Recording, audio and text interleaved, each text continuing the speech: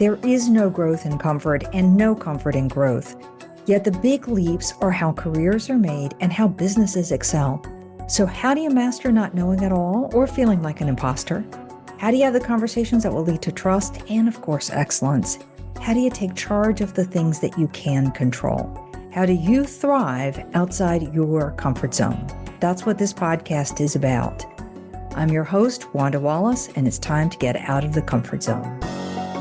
Welcome to the conversation.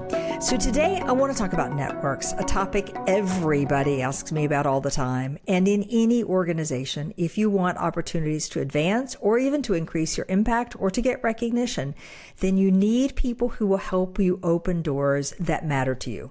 Those people often become sponsors. But it's not just senior people who are sponsors. Even your peers can be great sponsors. And sometimes, in interesting occasions, your juniors can also be great sponsors. The question is how? And what can you do to foster better sponsorship at any level? And how do you build an authentic network that's actually going to work for you, as opposed to the things most of us think about when we think about networking, which is all of that going out and aggrandizing how great and wonderful I am. We're going to give you a different process for today. So my guest is Dr. Rosalind Chow. She's a professor of organizational behavior and theory at Carnegie Mellon at the Tepper School of Business. And she's also affiliated with the Social and Decision Sciences group at Dietrich College.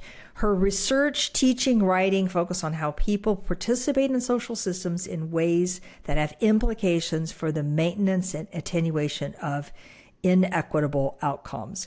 Served on the faculty of Climb, which is affiliated with Deloitte, and that is helping Black and Latino professionals advance in the accounting industry. She's done a variety of other programs accordingly.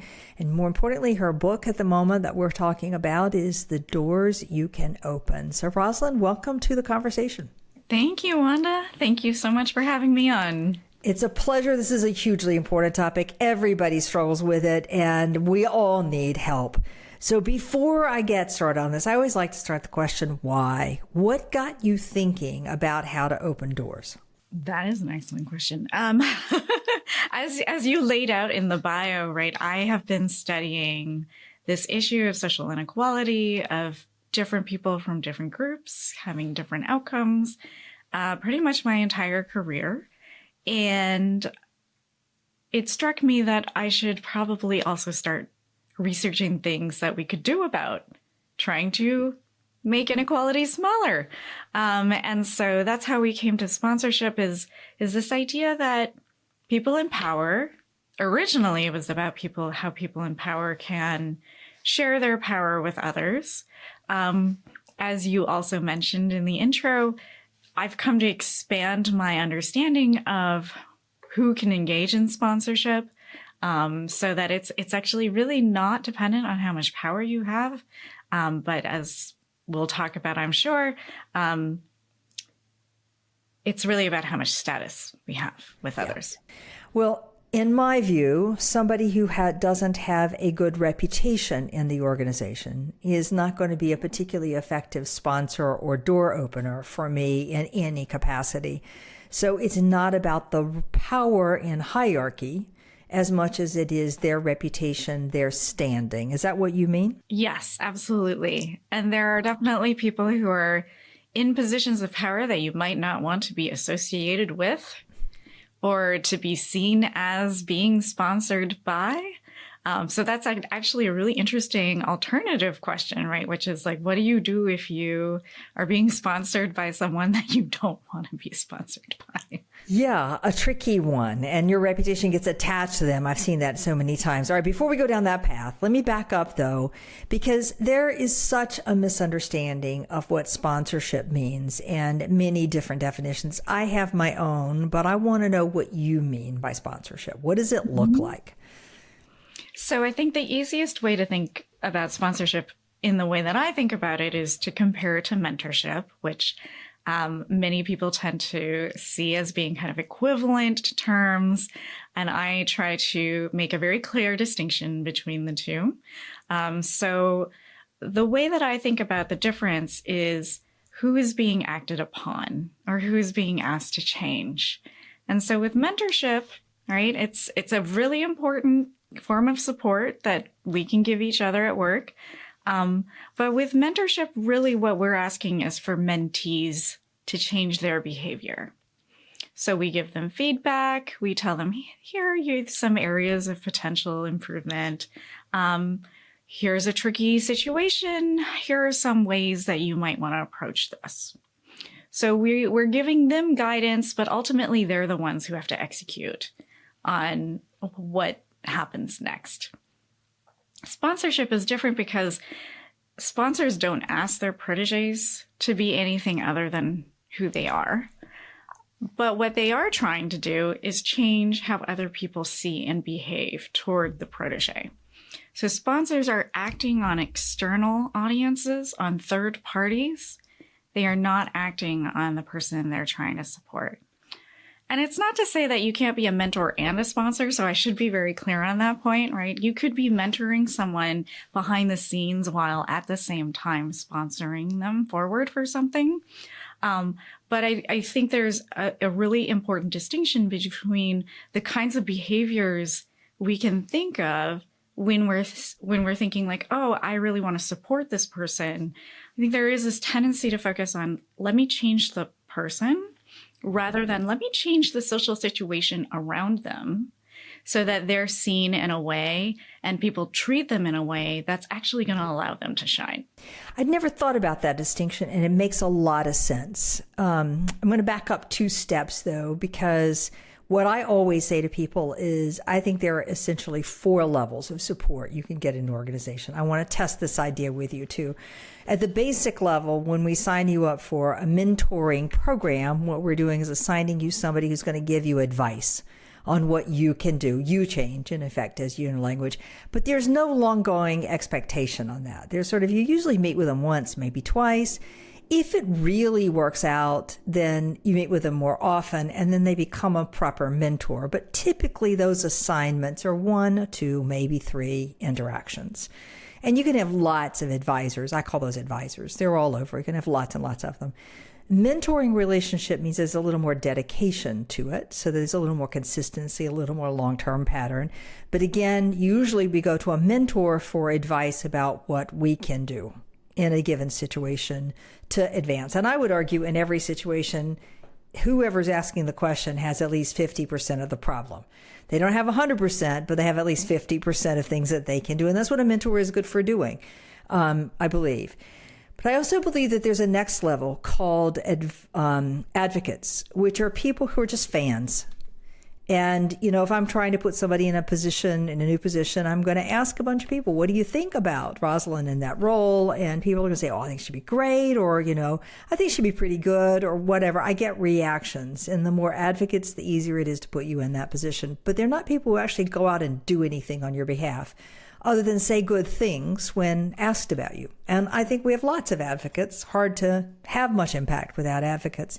And then we come to this penultimate level, which is the sponsor. And I really like your notion is that the sponsor is helping the organization see the best in you. Now, I think they may also be giving you some feedback about what you need to do to facilitate that, but they're out there beating the path for you, rounding the table on your behalf in some ways. So are we consistent or inconsistent? I don't think we're inconsistent. I think you're probably making a distinction between advocates and sponsors that I don't necessarily make. But I would agree with you that, you know, advisors and mentors are in a different category than advocates and sponsors. Right. And you might argue with whether that's a linear progression from one to the other. The reason I got to advocates is because people confuse someone who is really sponsoring them and somebody who's just a fan. Okay, so it's that activity, that's that willing. So a sponsor is willing to put their reputation at stake to go out and say, trust me, she's really good, or you should see this differently, or here's what you haven't seen about her. And an advocate waits to be asked. That is an interesting, you know, so what I'm hearing from you is that to you, an advocate is more reactionary. So if asked by other people, they'll have good things to say, but they won't necessarily proactively go and find opportunities to share people's Yes. good news Yes. or right. Whereas a sponsor is more proactive about it. I would agree with that. In my thinking, I would say that I think of sponsorship as being a very proactive form of support. When people pull positive information out of others, it's true that could be a form of sponsorship. But in my mind, sponsorship is intentional. That the sponsor really, like, they have a goal of making others see the protege a particular way. And it's not just like a happenstance, like, oh, well, sort of thing. So, yeah. Yeah, that would imply that proactivity and the intention for a sponsor to make sure other people see a protege the way they see them would mean that the sponsor has to know you pretty deeply. Yes. So it's not something I can go and ask someone to do and to think that they might. But I don't think you're going to get the same impact from their having decided to do it and being intentional about it themselves. You agree with that? In some cases, there are also, I've actually heard from many people who find out after the fact that they've had sponsors, right? And they were not aware of the sponsor. And the sponsor has really stepped up for them because they've seen them in action and have been so impressed by what they saw. Mm-hmm. So it really kind of depends on what I think the opportunity is before, the depth of the relationship might becomes something that becomes an issue. I didn't mean, but what you're saying in that is actually reinforcing what I mean to say, even if my words don't quite match it, which is the sponsor has to have seen you doing something. Absolutely. From which they formed their own opinion, and they have an impression of you, and a pretty confident impression of you. It may have depth to it. It may not have depth to it. Right. But I can't ask and get that level of support by just asking. Absolutely. And I think where we agree very much is that trust is such like an integral part of the equation for sponsorship, almost to a degree, where it's not as important in a mentorship relationship. So sponsors really have to trust their proteges. Otherwise, as you're pointing out, putting your own social capital on the line, you're not going to do that unless you're doing it for someone you trust. Right. I truly believe in. Okay, using the language sponsorship and protege and having seen them and advocating for them and all those sorts of things makes me think about the senior roles and the ways we think about seniors sponsoring us. So saying to somebody in a critical meeting, you should really watch how good she is at this, or I think she could do this incredibly well and let me tell you why, or I think you're missing a skill she has here. There are all those kind of pieces that they might do. And sometimes even just introducing you as the protege to their network and facilitating that introduction in a way that you build trust with other people. All of those are ways in which a senior sponsor acts. Let's go to one of your points about sometimes peers can be sponsors. What does that look like? Because I know it's not a protege relationship, it's a peer relationship. So explain that one to me. Yeah, so basically, I think, I'm talking about sponsorship in a very expansive sort of way, which is like anytime we do something intentionally to change other people's perceptions of the protege or their relationship with the protege. And so I consider things like I'm having a dinner party and I'm choosing who to invite to my dinner party. And I'm being very intentional about making sure that the people who come are going to have some common interest and it's going to make sense for why they should know each other. Mm-hmm. That to me actually counts as a form of sponsorship because you don't know. I mean, sometimes those connections are purely social, but oftentimes they turn into things that can have professional ramifications as well. And so part of what I'm trying to do is expand people's understanding of like, you can engage in sponsorship and it doesn't just have to happen at work. You can do it all the time. Right. At work, if we're talking about, people with lower power, often this comes in the form of the type of gossip we share with each other about our supervisors, who's easy to work with, who's not so easy to work with, right? Who do we respect for how well they develop us and seem to care for us as employees. And what the research says about that is that managers who develop that kind of reputation among their subordinates, who are consistently successful at sponsoring them, even to the point where they end up leaving, right, and going on to leadership positions of their own, they actually benefit from that because word spreads among the juniors about who you should try and work with, right? And when an opportunity presents itself, they will apply for those options. And so that manager actually ends up getting a better pool of potential candidates. I see in many organizations too that others who may be peers of the manager or superiors of the manager see that the manager has a reputation for developing people and that people who've worked on with that manager have gone on to do great and glorious things. And it builds the manager's reputation. Mm-hmm. Right?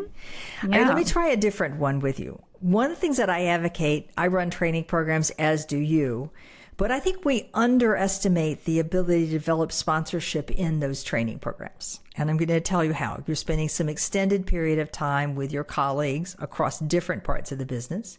You get to know each other often in the kind of exercises that happen. You talk deeply about some problems, usually in the company, or how people are thinking about it and so on. And we might then continue to collaborate after the program. But there's an opportunity in that to introduce people that, let's say I'm in the program that I have found interesting, insightful, I'm impressed with, to introduce them to my manager or to my network. And in doing that, it's another way of sponsoring peers. Oh, reactions absolutely. to that one, does that fit your definition? Absolutely. I actually, in many of the programs that I teach in, where we have paired sponsor and protege matches, we also tend to have sessions that are proteges only. Mm-hmm. And we'll also have sessions that are sponsors only.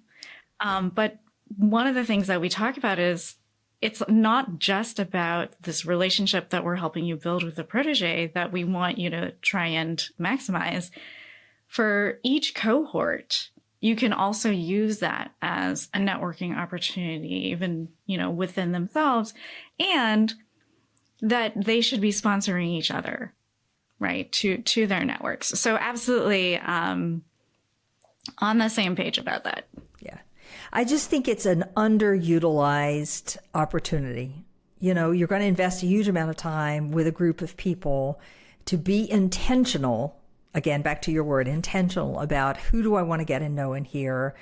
How am I introducing them to my broader network? That builds my reputation. It builds their reputation simultaneously.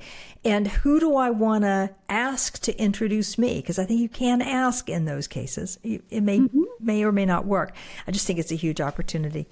All right, let me ask the other question. Can a junior person be sponsor of a senior person? Uh-huh. Oh, absolutely. I mean, in the same way that I think we talked about previously, right? When subordinates have wonderful things to say about their managers. I also talk about in the book how children are actually the ultimate sponsors. When I think of, how many friends I have who are parents of my my children's friends, right? Yeah. That was, in a way, a sponsored relationship because I would never have met them except for the fact that my child has decided that their child is a very nice person, right? And then I get to see them interact together, and maybe I'm impressed with the child. And then I'm like, woo, I would love to meet the parents who have been able to, right? Who have generated, I don't know, like cultivated such a wonderful little person. And it raises my esteem for the parent when I see another kid who's incredibly kind and thoughtful.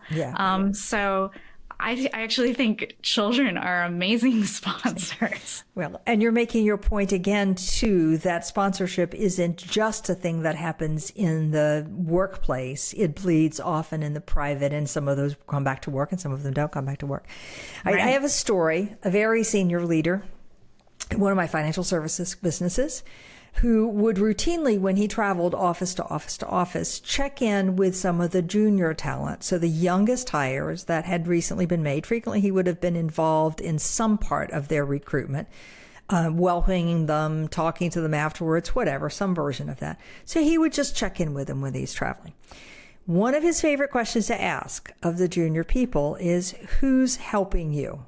And he didn't use the word mentoring or sponsoring or coaching or any of that. Who's helping you? And he would just listen.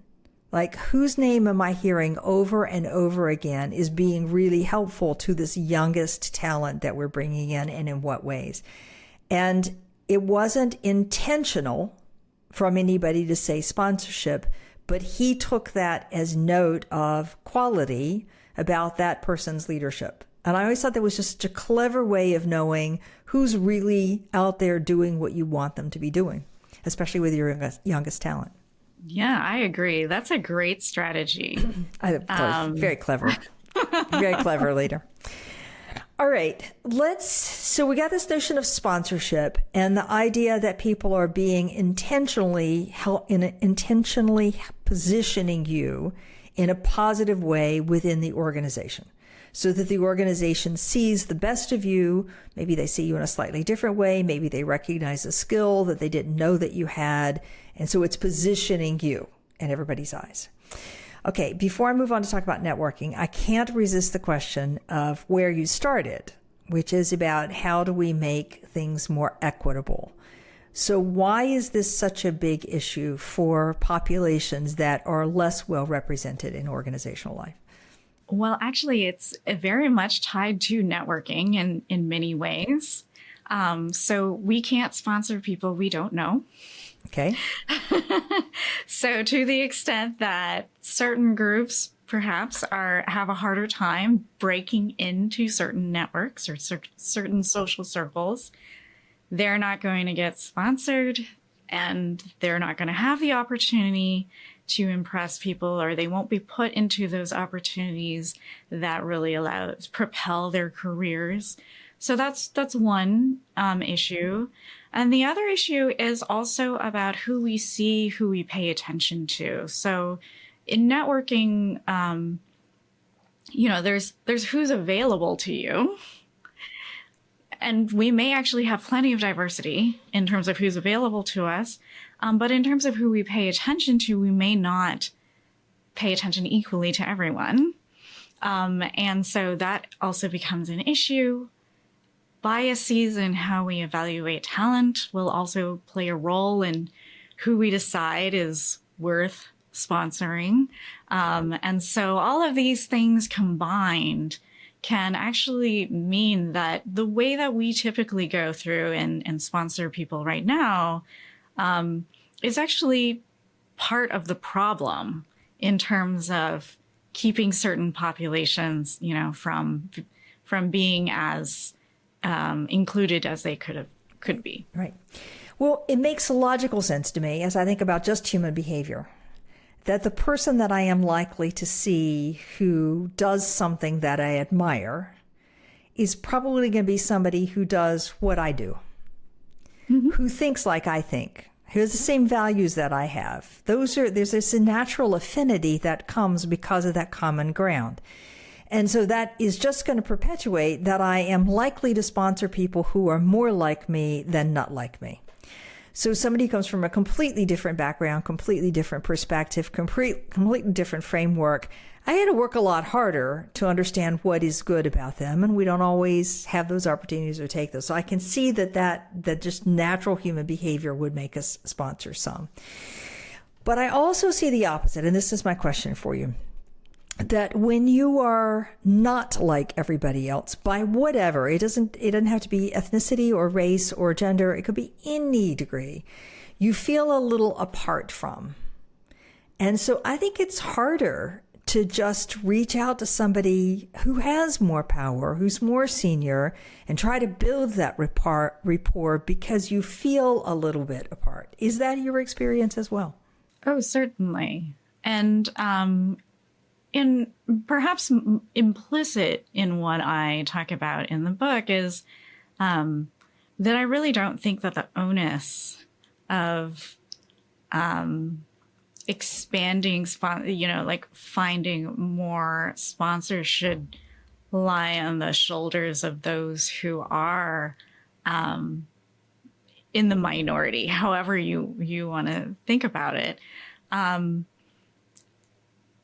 This is where I do think that power matters. So when I say that power doesn't matter for sponsorship, what I don't mean is that power doesn't matter. I simply mean that you don't have to be powerful to be a sponsor, but it certainly has ramifications in all sorts of other ways.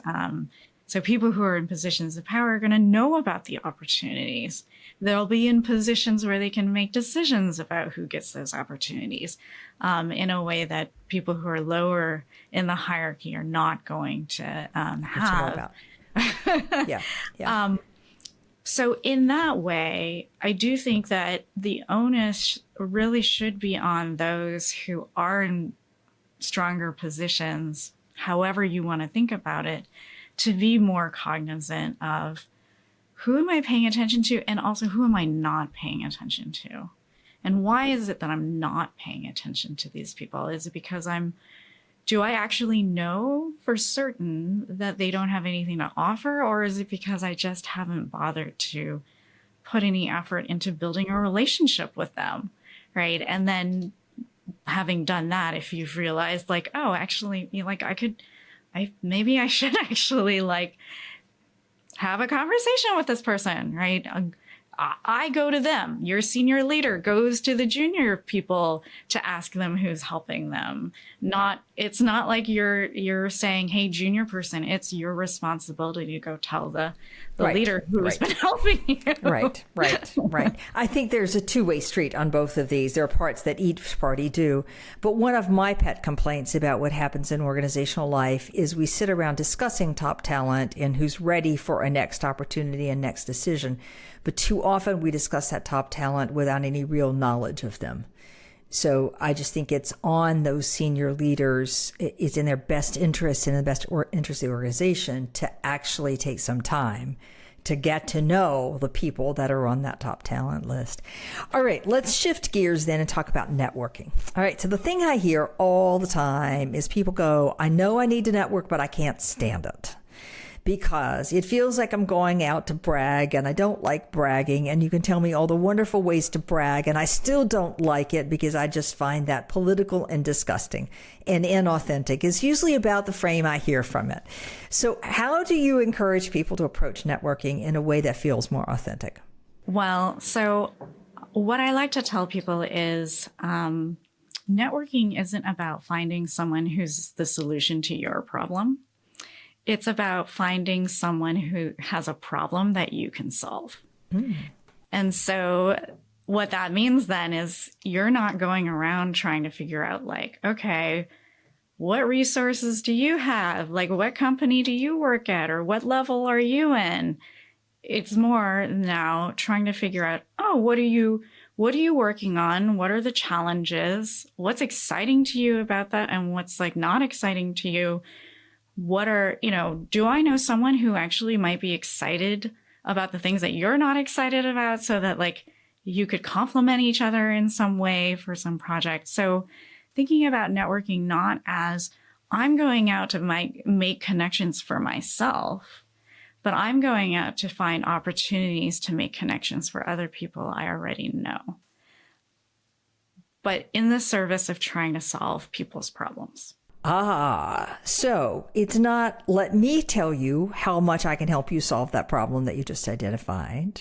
Yes. But it's let me think about who I might know that could help you to solve the problem that you've identified. Correct. Okay. Yes. If I think about what the best of sales training is doing at the moment, whether it's social selling, Timothy Hughes, shout out to him, or whether it's just traditional sales that's happening in any organization, anywhere, it's pretty much the same.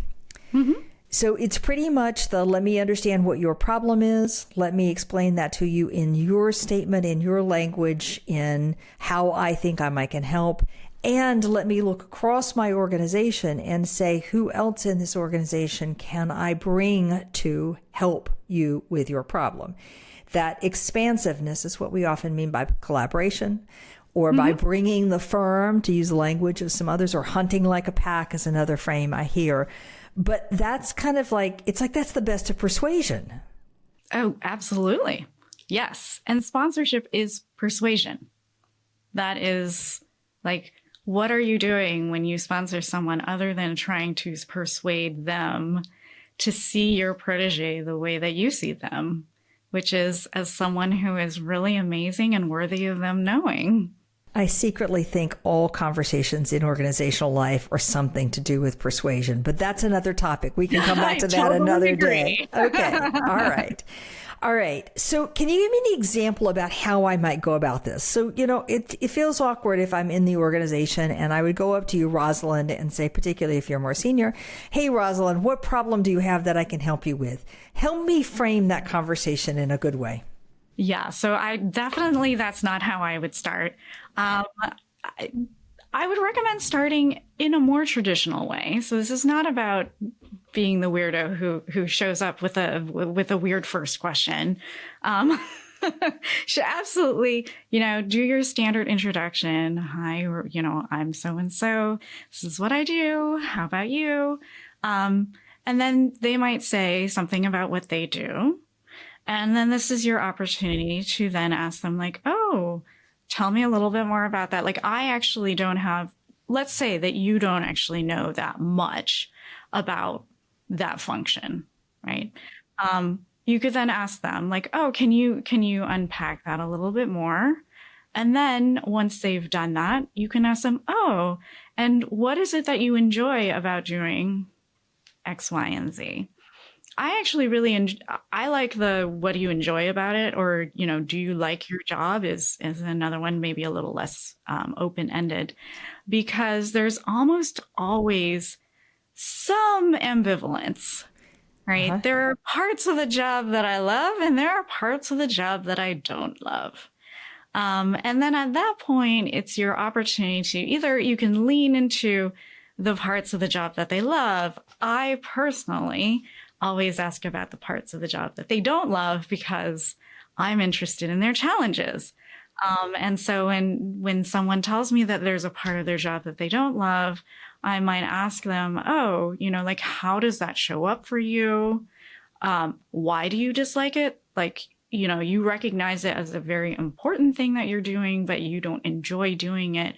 Well, what would make it more enjoyable for you? Or what would you rather be doing if you weren't doing that thing? So I see those. I love the ambivalence that many people have about what they do, because those are the opportunities to start digging into problems, right? Challenges. It's an interesting angle to think about going in with what do people like about their job and then what do they dislike about their job, because that puts you into where you might help or how you might provide sources or where some of the challenges are. I personally go more for so tell me what keeps you from being successful. Or where's the obstacle right? That's the hardest one or what's worrying you about that one.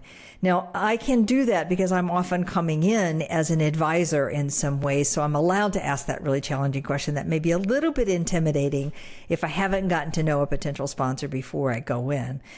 But the point is to try to get to some place where I understand what people are thinking about, what they're questioning, what problem they're pondering, what's keeping them. I hate the awake at night because too much keeps us awake at night. I don't like that question.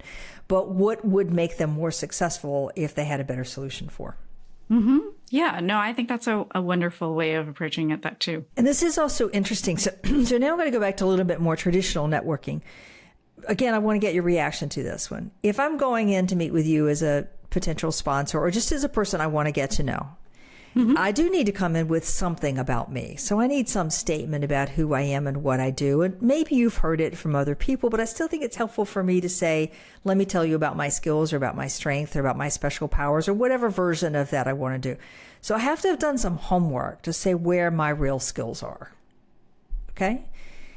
And that way also leads to an easier way to say, you know, what kind of skills are you finding in short supply?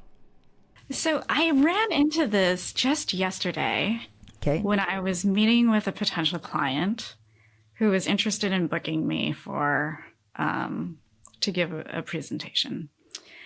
And they wanted to know what I offered. And I actually said, I feel like that's the wrong, I want to flip this. What are you looking for? What are your objectives for this talk, for your group? Like, what is the ultimate goal? And I was very upfront with them. I said, look, I want to know this because I want to make sure that I'm the right person for you. And if I'm not, then that's great because I can help you find a person who is a better fit given my network. And if I am the right fit, then that's great because then we'll just talk about how we can customize things so that this will meet your goals. So I understand the approach of going in and being and saying like the things that are your strengths. There are definitely benefits and advantages to doing it that way. That's simply not a way that I have felt comfortable with, and so I engage in a slightly different strategy. Right. I happen to agree with you that when you're working with a potential client, trying to uncover what they're really looking for and then asking, how could I do that? And am I a fit or is somebody else? I completely agree with you that. But if I don't give people a steer for how to think about me, I don't know whether we're chasing problem A or problem Z, like and every shade of gray in between. So it's an interesting way. I like your notion of networking, though, that I am looking for understanding the person that I'm trying to network with, what are their biggest problems, and who might I know in my network that can help them.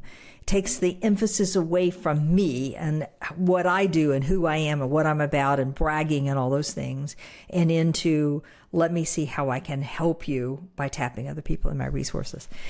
All right, I'm going to shift gears on us because I want to talk about your Trusted 10 exercise, which I happen to really like at the end of the book. Tell us about how that goes.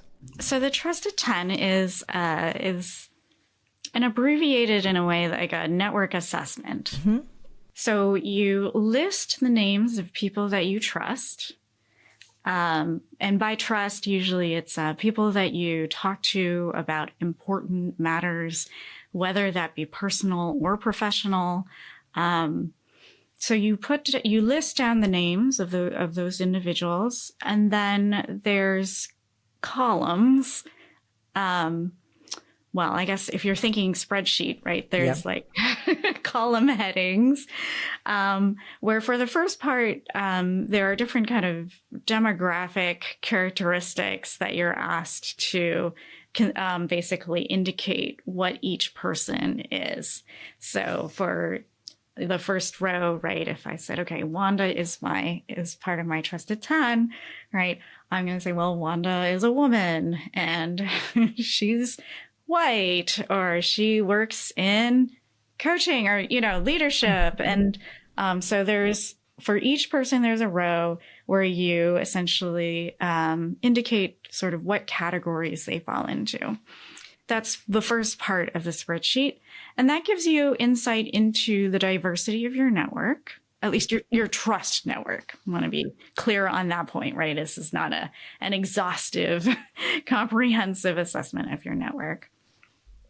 And the reason I do that is because, so much of networking is also about access. Who do we have access to? And in this, I'm not that dissimilar from, I would say, like standard networking. advice of like, you should take stock of who you know.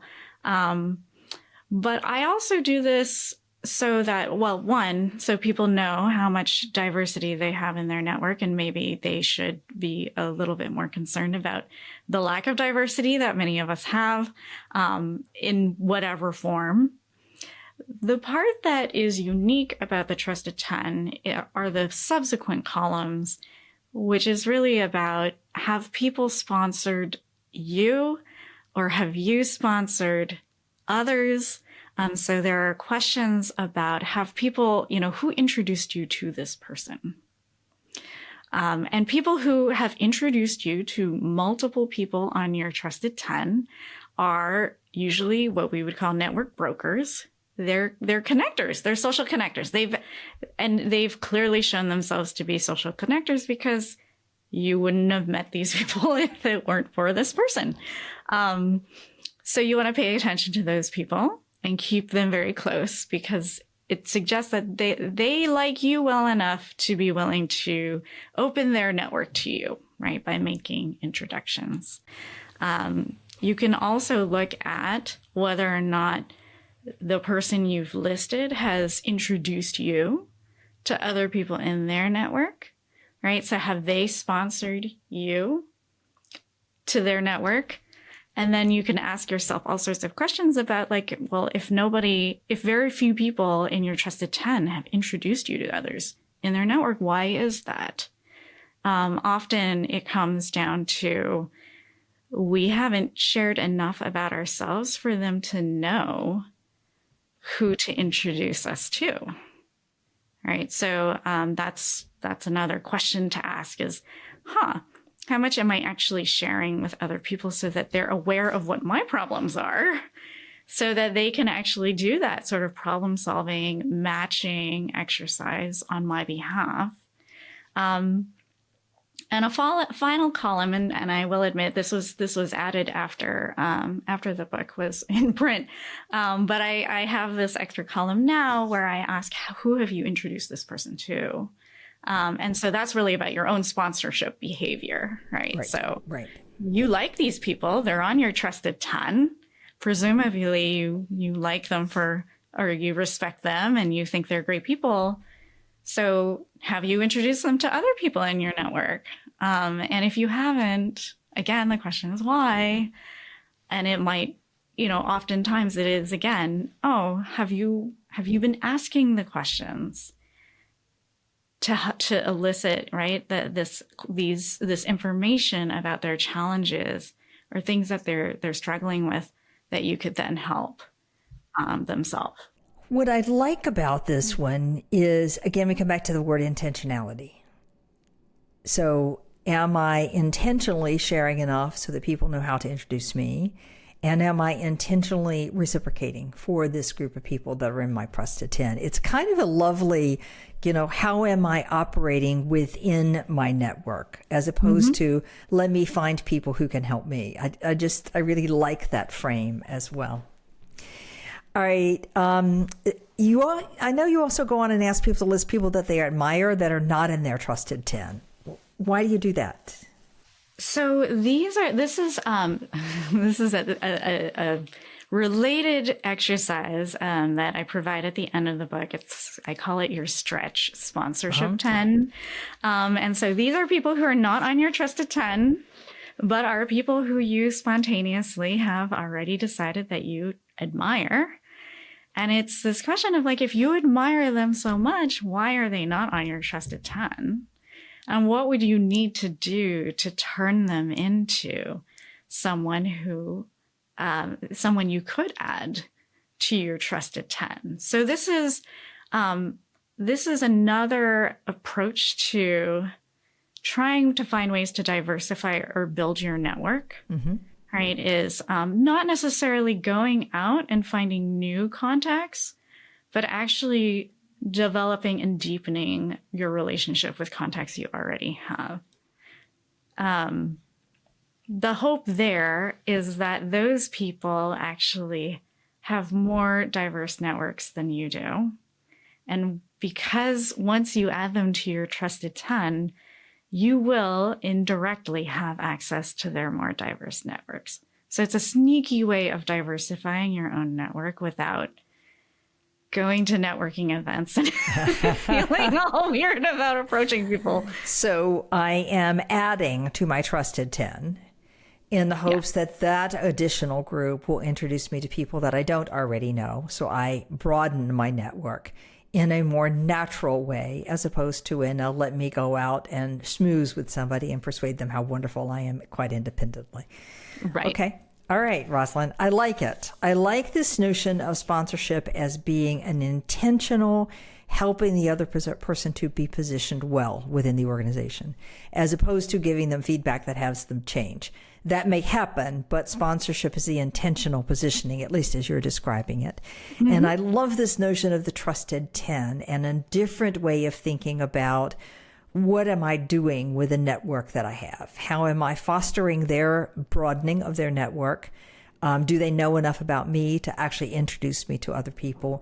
And who should be on that Trusted 10 that isn't on my Trusted 10? And how am I going to go about getting there? I think it's a really clever way of thinking about networking. So thank you for being a guest today. What a great conversation. Yeah, thank you so much for having me on, Wanda. All right, the book, my guest again is Rosalind Chow. The book is The Doors You Can Open. And Rosalind, if people wanted to find you, what's the best way to reach you? Well, you can go to my website, rosalindchow.com. I'm also a fairly frequent poster on LinkedIn. So if you want to follow me there, that would be a great way to stay in touch. Fantastic. I love it. And to all of our listeners, join us next week for another episode in Getting Out of Your Comfort Zone. Please like us on your favorite podcast provider, or watch our new YouTube channel if you want to see this live and in person at Comfort Zone Pod. At Out of the Comfort Pod, I think is the title of that one. Thanks. Thank you. Thank you for joining us today. Tune in for another edition next week with Dr. Wanda Wallace on the Voice America Business Channel. Reach outside your comfort zone this week.